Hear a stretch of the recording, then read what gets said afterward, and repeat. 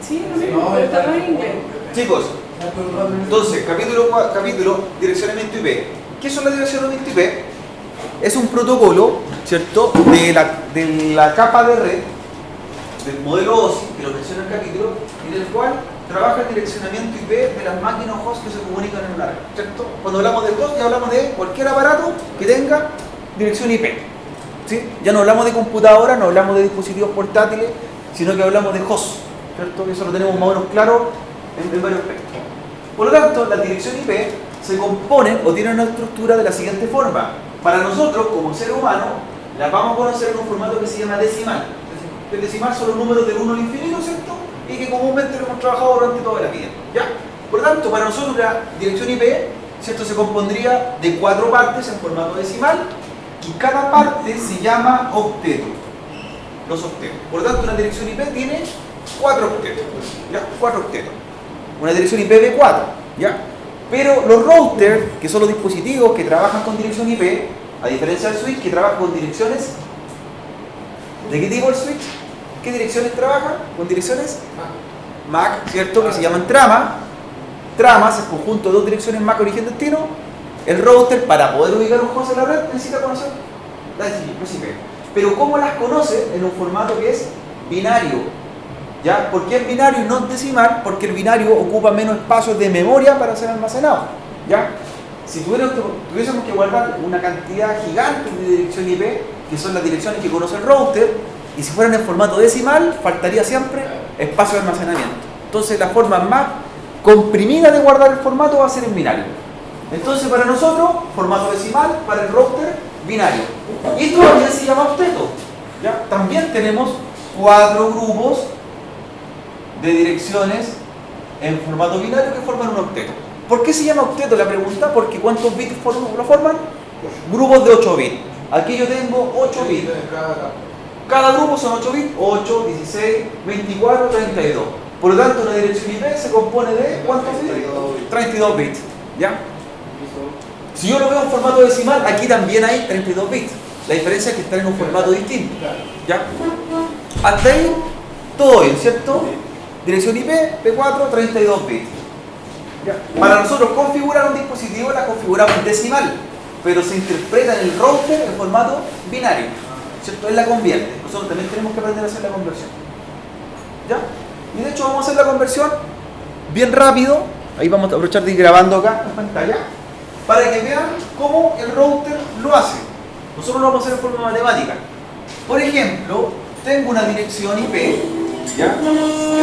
De ejemplo, que aquí va a ser la 10.1.3.10.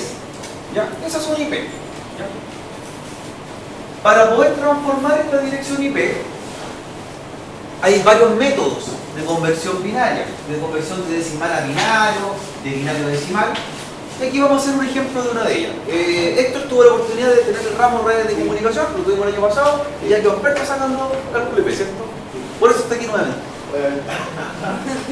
No, porque no hizo el ramo, ¿cierto? Es por eso, no lo había hecho anteriormente. Entonces, esa dirección que está en binario, pero en decimal, que es IP, ¿qué versión? B4, IPv4, vamos a transformarla. ¿Para qué? Para llegar a esto. A binario como la conoce el router. Entonces nosotros vamos a hacer una siguiente tabla. Miren, una siguiente tablita. Esta la puede hacer a mano, la puede hacer en un Excel, la puede hacer en un blog de notas, como usted estime conveniente.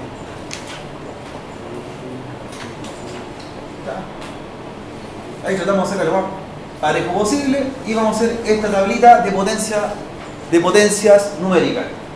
Esta tabla se va a componer de 8 columnas, pensando que el octeto contiene 8 bits, ¿ya? 8 bits, 8 columnas. Y cada columna, arriba, yo puse un valor decimal que va a ser exponencial al siguiente. Por ejemplo, comienzo con el número 1, el doble de 1, 2, el doble 4, 8, 16, 32, 24, 128. Y llego hasta ahí. Si esta tabla yo le quisiese hacer crecer para combinaciones mayores, seguiría dando potencia hacia arriba. Por ejemplo, 256, 512, 1024, 2048, 4096, etc. ¿Ya? pero como voy a ocuparla para resolver, ¿cierto?, el problema del 8 bits, la hago por 8 columnas. ¿Bien hasta ahí? Bien. Entonces ahora, lo que voy a tomar, ¿cierto?, es los números de mi dirección IP y los voy a transformar a octetos binarios. Ya, recuerden que el octeto binario se componen o se hace con números 1 y 0, dos estados, y voy a definir lo siguiente. En esta tablita, yo arriba tengo los formatos en decimal. Y digo lo siguiente. Este es mi primer octeto que quiero transformar, es el octeto o número 10 decimal. ¿Cómo yo defino que ese 10 o cómo será su forma en binario? Y digo lo siguiente. ¿Con qué números de los que están arriba sumados me da el número 10? Entonces digo, 8 y 2, 10. Entonces los números que ocupé para hacer esa combinación los dejo en número 1. Y los que no ocupo, en 0.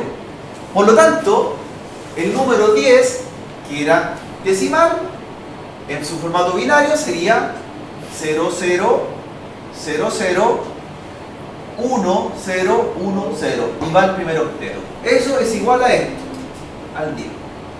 ¿Ya? Tienen que ir los 8 números, ¿cierto? No puedo decir que los 0 no los utilizo, tengo que ocupar toda la combinación. Segundo número, dice el 1. Entonces yo veo acá con qué combinación numérica hago el 1. En realidad, y el resto no lo utilizo. En este caso, o en esta ocasión, podemos definir que los 0 a la izquierda tienen validez, ¿cierto? Sí valen.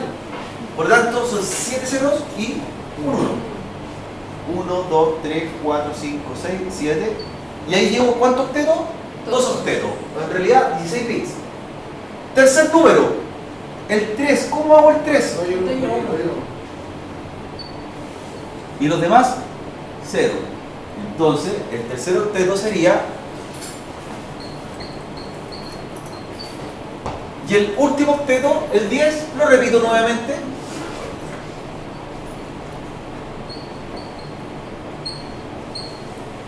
Y esto transforma a mi número decimal en el siguiente binario.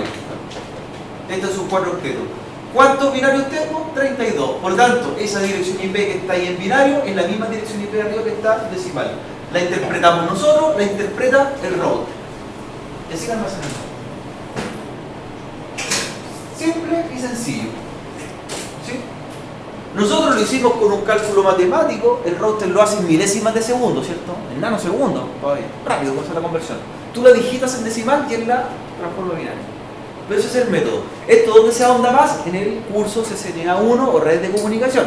Aquí viene como lo menciona dentro del capítulo 6, ¿cierto? Es una mención solamente.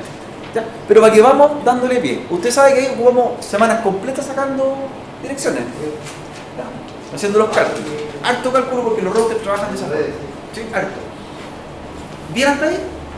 Basta con eso que comprendiésemos, nada más que eso. Ya no se compliquen más la vida para los cálculos porque no creo que haya muchos cálculos en la prueba ni en el capítulo. Solamente mencionan. Hay que hacer algunas cosas por ahí. La otra pregunta es si tengo transformada mi dirección IP, entiendo que se compone de 32 bits, ¿cierto? Cada grupo de 8 bits se llama octeto, ¿sí? La pregunta es, ¿cuál sería la dirección máxima que pueda haber, ¿cierto? IP, B4. Porque tiene que haber una dirección máxima. Entonces la dirección máxima sería una dirección en la cual son 32 bits que fueran puros unos, ¿cierto? 1, 2, 3, 4, 5, 6, 7, 1, 2, 3, 4, 5, 6, 7, 8, 1, 2, 3, 4, 5, 6, 7, 8, 1, 2, 3, 4, 5, 6, 7, 8, 1, 2, 3, 4, 5, 6, 7, 8. Tengo 32 bits, todos son en 1. ¿Qué número será la dirección IP esa? 258. Sería la sumatoria de todos los números en 1. Sería 128 más 64 más 32 más 16 más 8 más 4 más 2 más 1 y eso me da 255. Por tanto, una dirección máxima va a ser la 255, pero esa dirección no la vamos a poder ocupar en la realidad porque solamente es una dirección de prueba. ¿Y la dirección más baja cuál sería? La 0.0.0.0, que serían 32 bits en ceros, ¿cierto? ¿Ya? ¿Y se puede eso? Se puede. Lo que nunca se deben encontrar, y yo voy a encontrar inmediatamente un error, es si usted ve en alguna parte esta dirección, por ejemplo, y ustedes díganme, ¿dónde está el error? 192, 270, 1.15. ¿Cuál está el error? Al medio. No sé. ¿Esa dirección es real o no es real? No, no es real. Eso inmediatamente es malo. Esto es malo.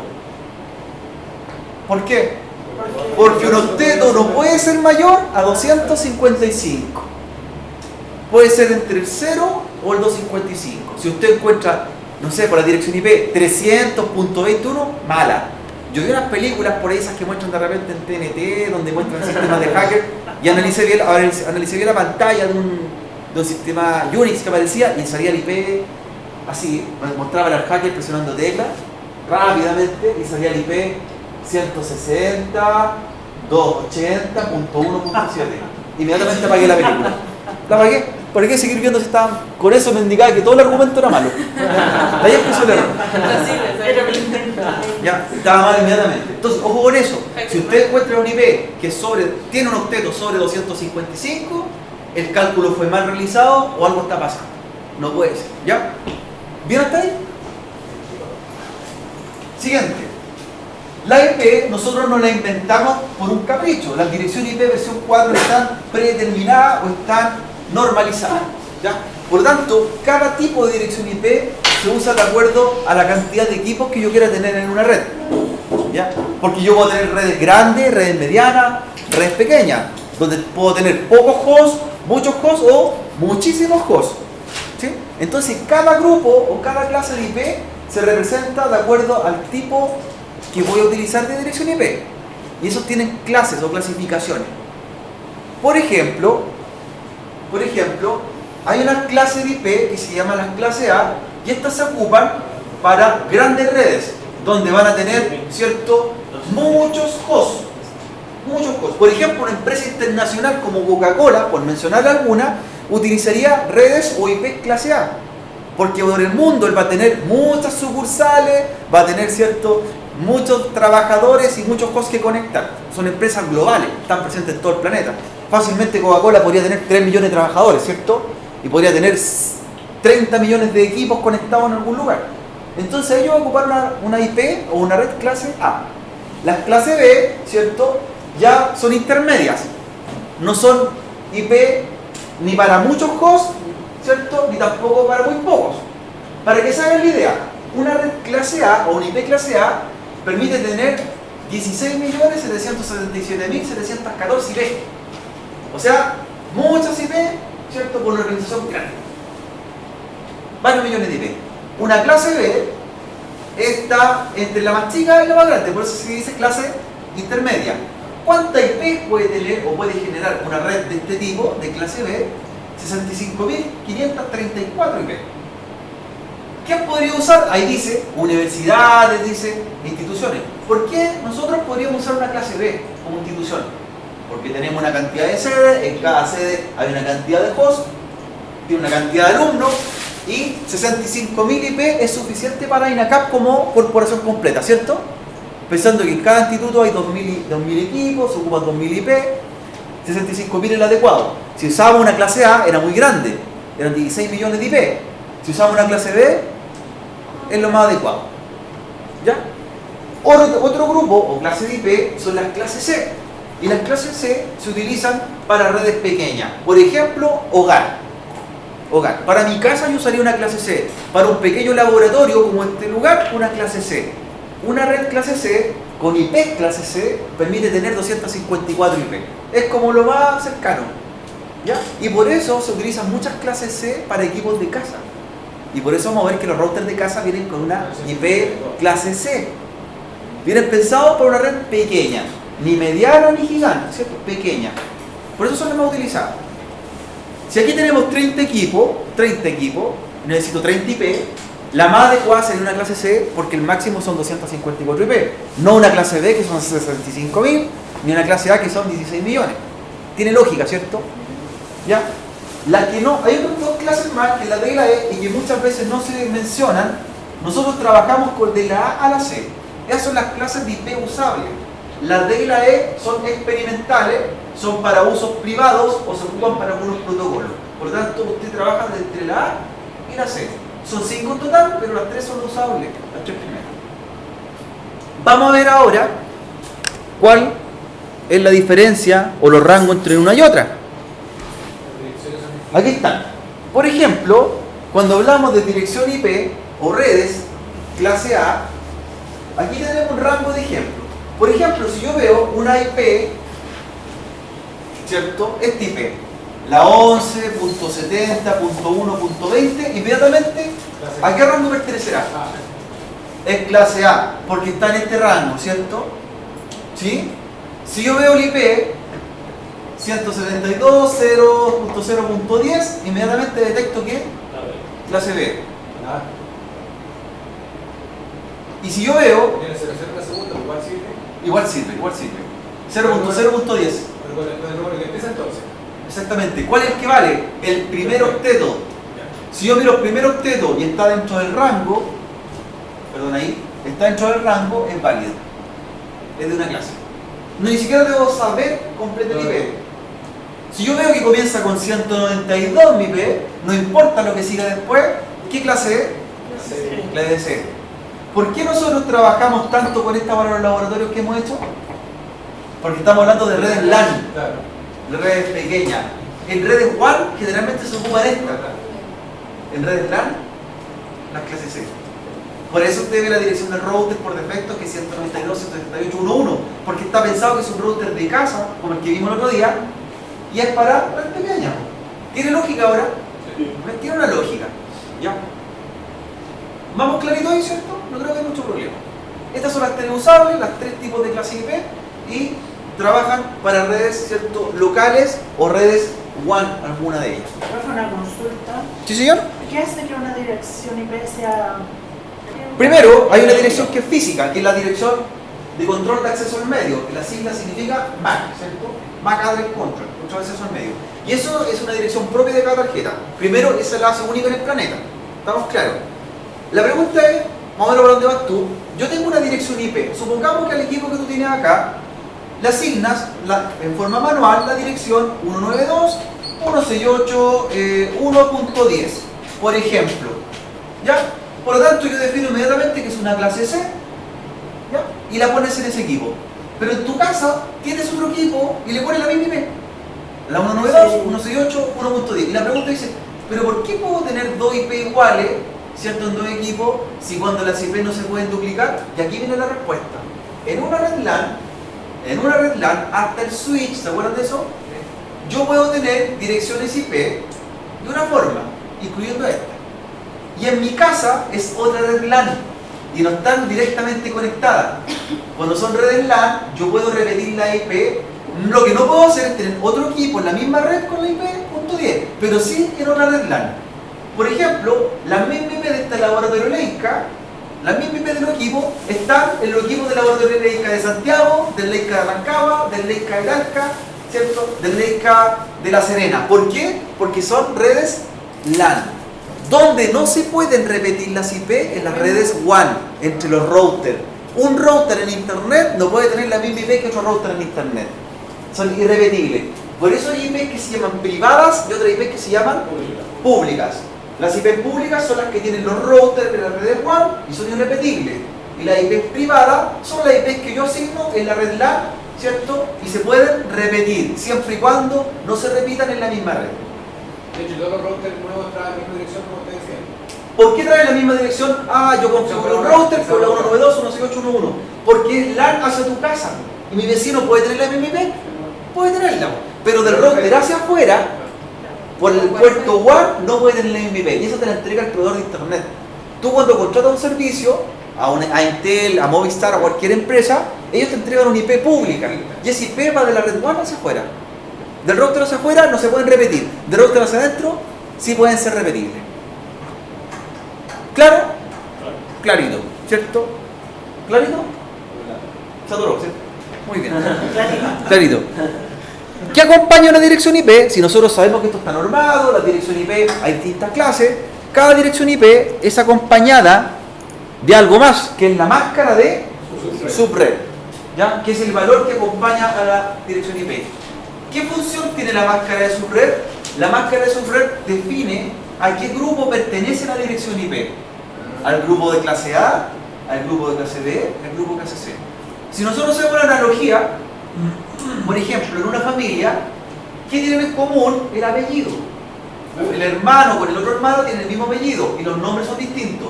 Por lo tanto, en una dirección IP y en una máscara de subred, la máscara vendría siendo el apellido y la dirección IP el nombre. ¿Qué tiene en común usted? Un IP con otra, la misma máscara de red. Si dos IP tienen la misma máscara de subred o máscara de red, entre ellas pertenecen al mismo grupo. Esa es la respuesta. ¿Ya? La máscara de subred es más importante que el IP en sí, porque define a qué grupo pertenece. ¿Ya? Y por eso, las máscaras de red también me dicen algo.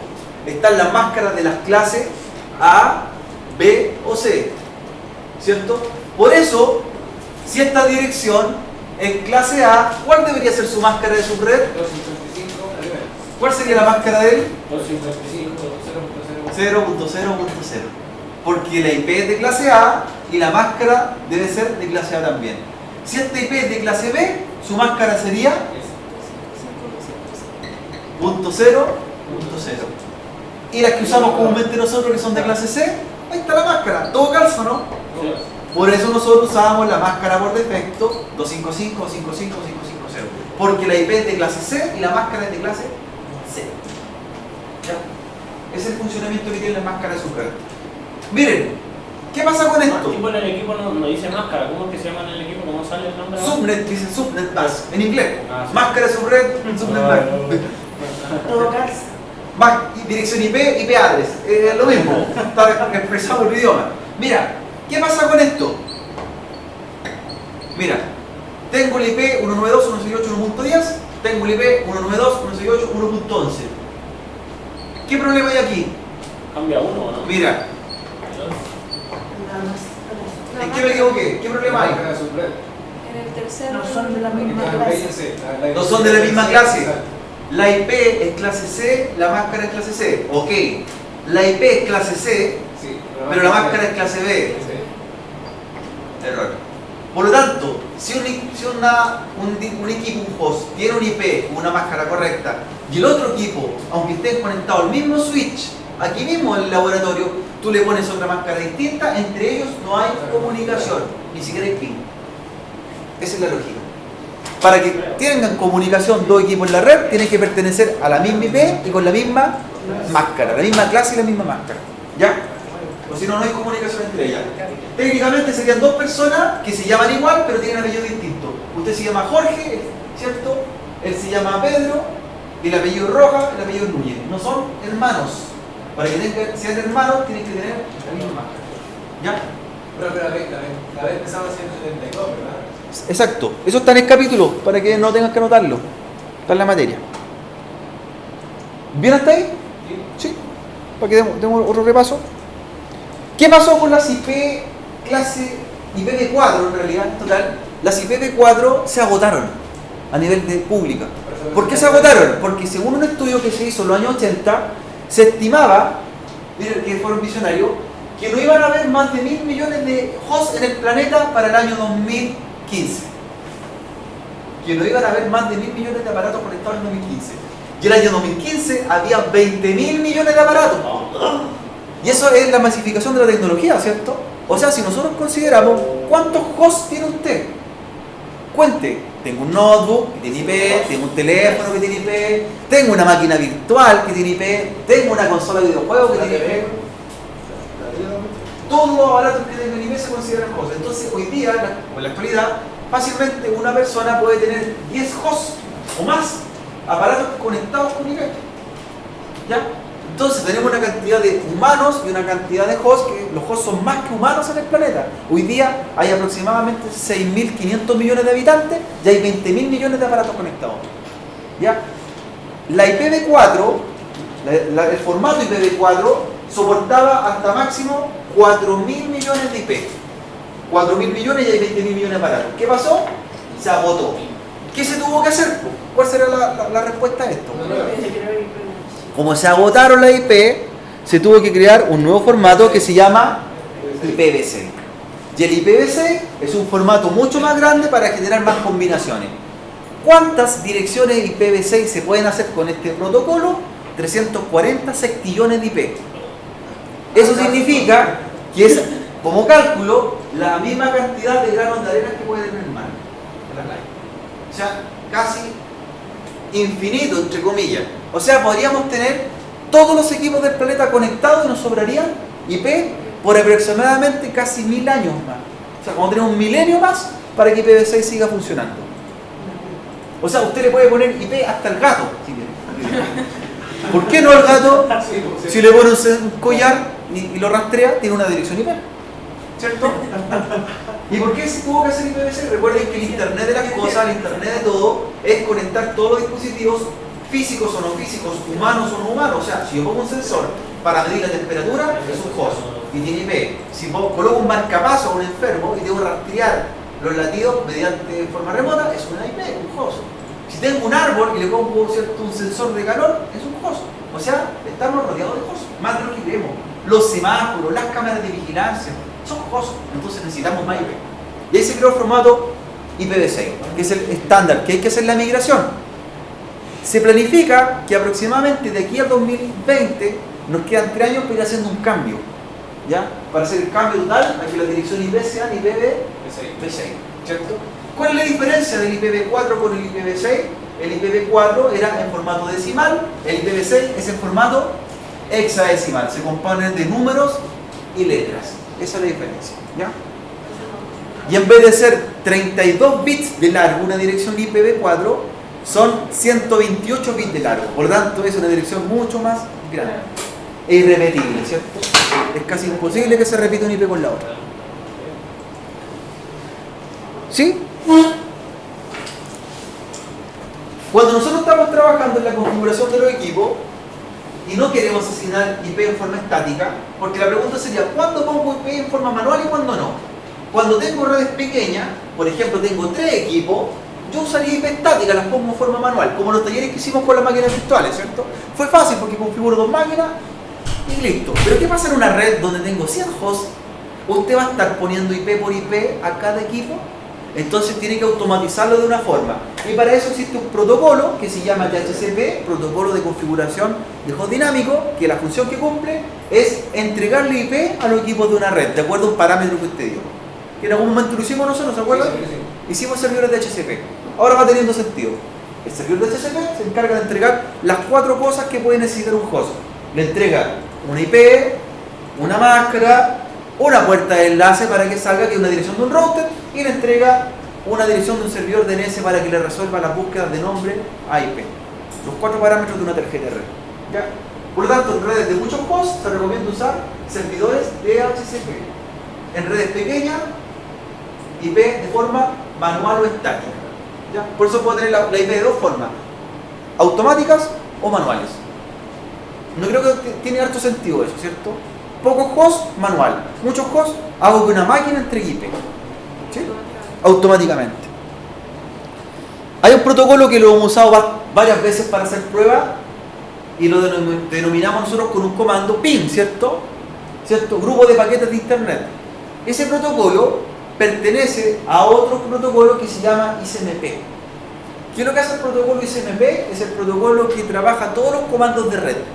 Cuando nosotros hacemos un PIN, es un comando que pertenece a ese protocolo. Cuando hacemos un comando tracer, un comando netview, ¿se acuerdan?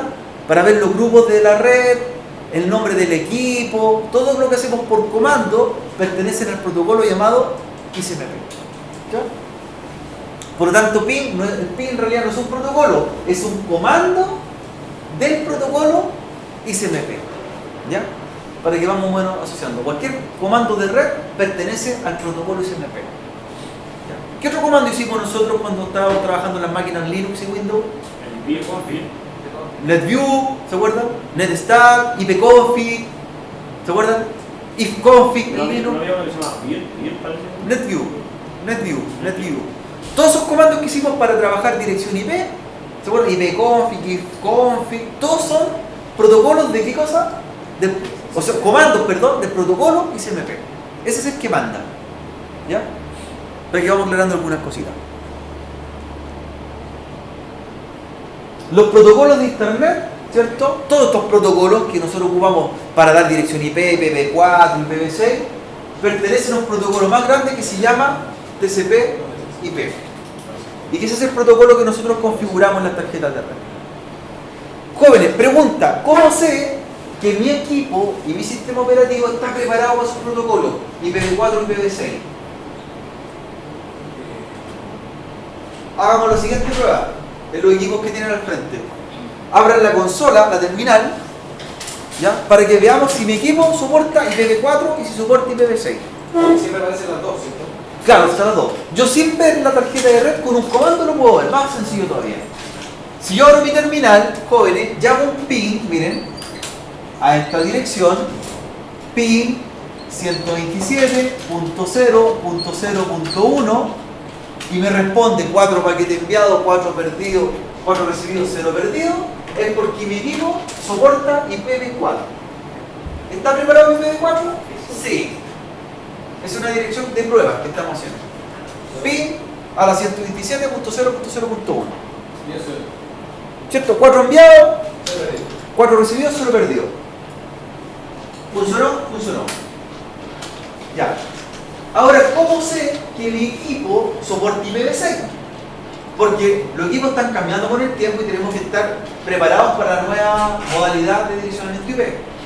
Para saber si nuestro equipo soporta IPv6, usted va a hacer ping a esta dirección ahora. 2.2.1. Ping 2.2.1. Y responde, ¿no? Y va a decir también 4 enviados, 4 recibidos, todo junto. Hay un espacio entre la palabra, eso sí, y el valor numérico. ¿Le respondió o no? Respondió. Por lo tanto, soporta IPv6. ¿Tu equipo está preparado para el nuevo cambio? Está preparado.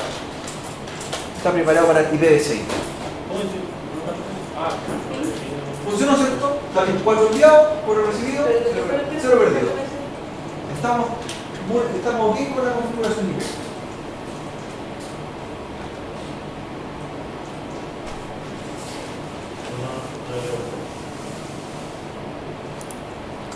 Otro detalle importante, que se trabaja en los protocolos de red como TCP/IP y que menciona el capítulo, hay dos protocolos que manejan los anchos de banda de una red. Y aquí yo puedo definir qué servicio tiene que correr más rápido o más lento, o ocupa más velocidad o menos velocidad en una red de datos. Porque la idea es que si yo creo una red de datos, todos los servicios sean fluidos, ¿cierto?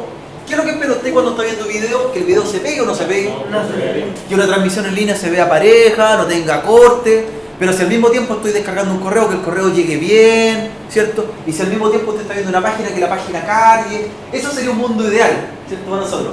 Que todos los servicios funcionaran bien y todo fluido, que estuviese viendo una película en Netflix y no se pegara, que estuviese viendo la teleserie, ¿cierto?, turca y tampoco se pegara, que pudiera hacer una llamada por WhatsApp y tampoco se pegara. Eso es un mundo ideal, pero en realidad ¿es así o no? No es así, ¿ya? Los routers, porque aquí todos estos protocolos, todos estos niveles son de router, porque estamos hablando de equipos que trabajan con IP. Existen dos protocolos, uno se llama TCP y el otro UDP, y estos se encargan de definir cómo va el ancho de banda en una red. ¿Ya? Están en el router.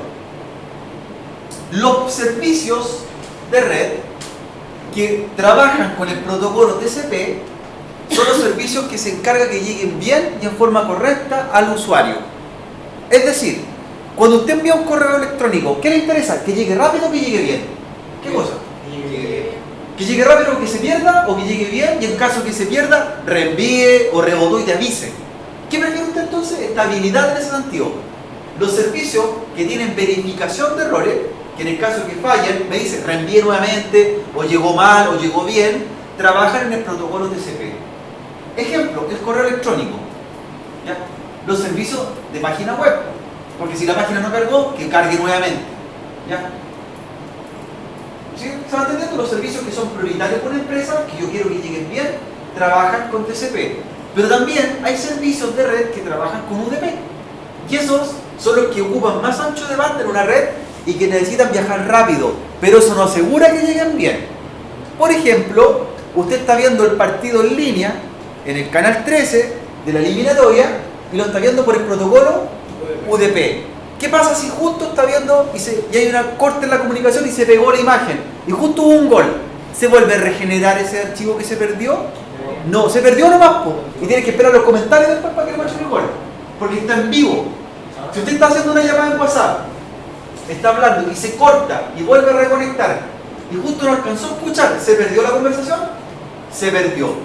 Todo lo que es en tiempo real, los videos en tiempo real, las transmisiones de audio, de video, los juegos en línea, por ejemplo, los que juegan en línea, son servicios que trabajan por UDP. Entonces, ¿qué es lo que hace el router? Cuando ve un servicio le dice, ¿usted por dónde trabaja? ¿Por TCP? Entonces te doy menos 8 de banda. Porque yo prefiero que llegue más lento, pero llegue seguro. En cambio, él cuando llega al router, un servicio, le dice, ¿tú qué eres? Yo trabajo con UDP, soy una videollamada de Skype, por ejemplo. Ah, tú te vas a ocupar más ancho de banda porque necesito que tú seas prioritario y salgas primero. Entonces, si yo tengo 100 megabytes de ancho de banda, que es la máxima velocidad que podría lograr un cable de cobre, y al mismo tiempo estoy mandando un correo electrónico, y al mismo tiempo tengo abierta una videollamada, ¿quién va a ocupar más ancho de banda? Por ejemplo, 70 megas, la videollamada, y los 30 megas restantes, el correo electrónico. ¿Quién define eso? El router. ¿Bajo qué cosas?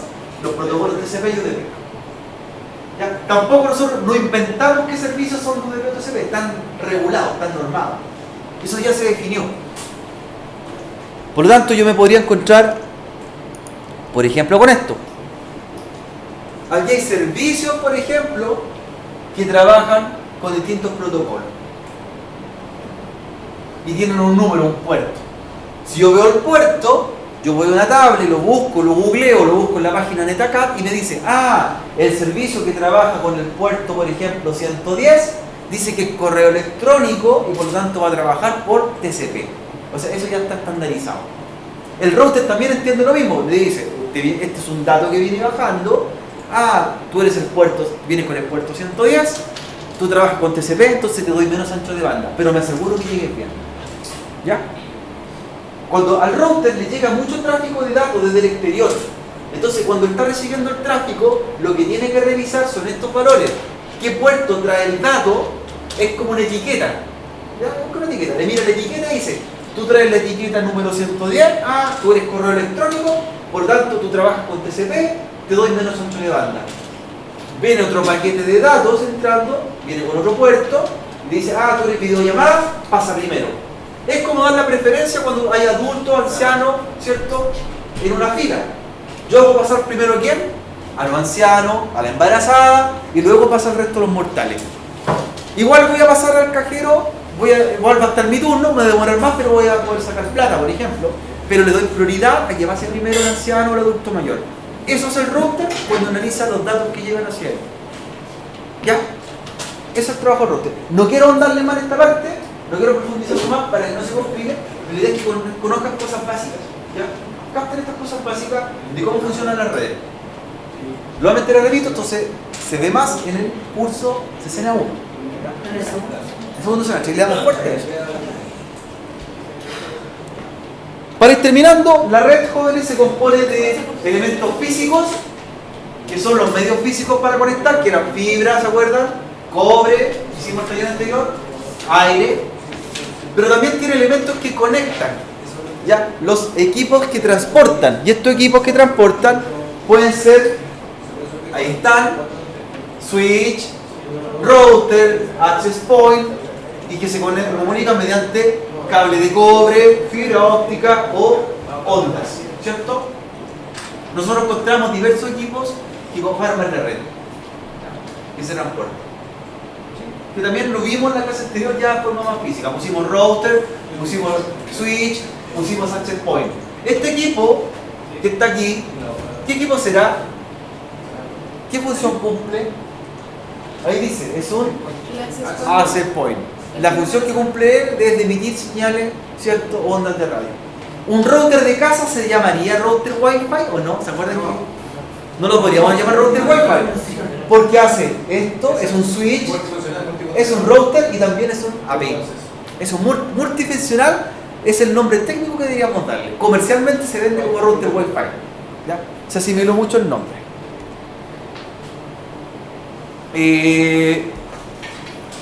Ahí estamos.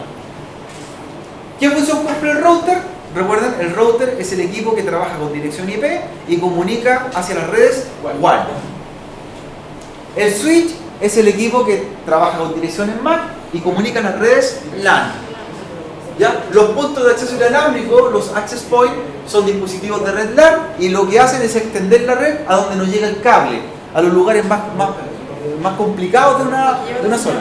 Donde no puedo tirar más cable, yo llevo una señal inalámbrica, ¿cierto? ¿Cuál es la desventaja de los access point? La señal inalámbrica, que tienen demasiada interferencia, ¿se acuerdan? Calor, frío, lluvia, ¿cierto? Exactamente. Por tanto, ¿qué sería un dispositivo multifuncional para nosotros? El router Wi-Fi. Como ejemplo, habla del Linksys. ¿Cierto? Que dice, combina las funciones de switch, router y un access point. ¿Ya? Desventaja de tener un equipo de esa forma es que si falla el equipo, fallan todos los servicios. No tengo ni red inalámbrica, no tengo ni red cableada, ni tengo acceso a la WAN. ¿Ya? Lo mejor siempre es tener un equipo que haga una sola función por separado. ¿Ya? Levanten la topología de Packet Tracer ahora, la que dejamos pendiente porque la vamos a terminar. Si no la tienen, yo se la envié al ambiente de aprendizaje con el video la semana anterior. Está el archivo.